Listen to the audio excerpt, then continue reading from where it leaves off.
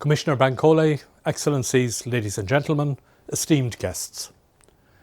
Today, the European Union and the African Union join together to mark the 21st World Day against the death penalty.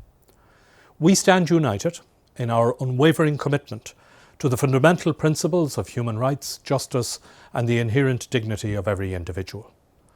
At the core of this commitment lies our strong and unequivocal opposition to the death penalty and our willingness to make abolition a universally accepted value. The European Union's position on the death penalty is crystal clear. We are against it in all times and under all circumstances. No exceptions, no exemptions. Because it is an affront to human dignity, because it does not work in terms of reducing crime or being a deterrent. It does not effectively combat terrorism, and of course, it is irreversible. We believe that the death penalty is a cruel, inhuman and degrading punishment, wholly incompatible with the inalienable right to life and the sanctity of human dignity. All EU member states have abolished the death penalty, aligning themselves with the European Convention on Human Rights. Since 1997, no execution has taken place in a member state of the Council of Europe. Over the years, we have strengthened even further our public stance against capital punishment anywhere in the world. On the African continent, there is a positive trend towards abolition, and we warmly welcome the efforts made by our African partners. In recent years, several African countries amended their national legislations and abolished the death penalty. This positive momentum reflects the continent's commitment to human rights and justice. We celebrate Ghana's recent decision to abolish the death penalty and become the 124th country in the world to officially do so, following in the footsteps of the Central African Republic, Equatorial Guinea and Zambia, which abolished the death penalty last year. Today, 75% of African Union member states have either abolished the death penalty in law or in practice, highlighting the growing consensus in Africa against this inhumane practice.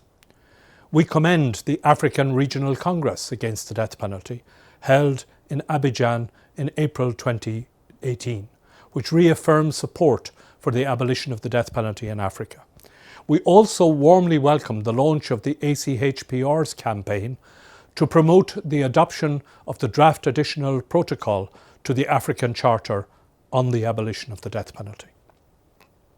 I take this opportunity to encourage all the remaining AU member states who have not yet done so to abolish or to consider putting a moratorium on the death penalty in the near future.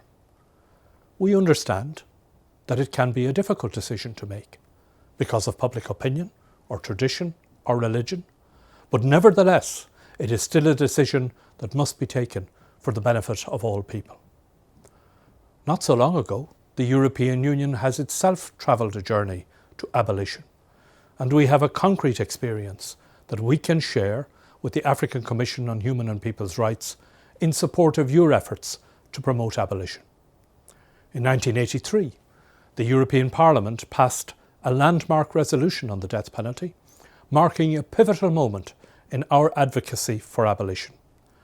This resolution laid the foundation for a series of concerted efforts to build consensus among member states on a joint stance regarding the death penalty.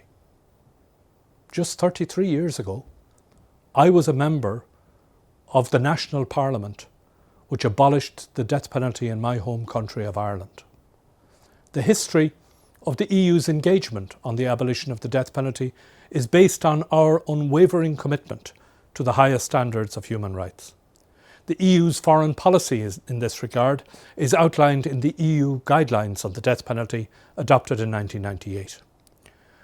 This is not just a document, it is a blueprint on how all our delegations, EU delegations in over 140 countries, work together with the embassies of our member states in promoting our opposition to the death penalty. Through legislation, diplomacy and partnerships, we have tirelessly worked to create a world where no one faces the ultimate and irreversible punishment. Our approach encompasses various strategies. First, we have prohibited trade in goods that can be used for torture and execution, using trade policy to encourage compliance with human rights standards. Second, we are vocal supporters of measures aimed at ending the death penalty at the multilateral level, advocating for its abolition in international forums. Third, we utilise our political and human rights dialogues to address our concerns regarding the application of the death penalty, engaging in constructive conversations with countries that still practice it.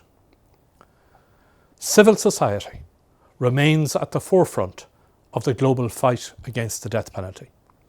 The EU is committed to strengthening partnerships in collaboration with organisations such as the Global Consortium for Death Penalty Abolition, led by the World Coalition Against the Death Penalty.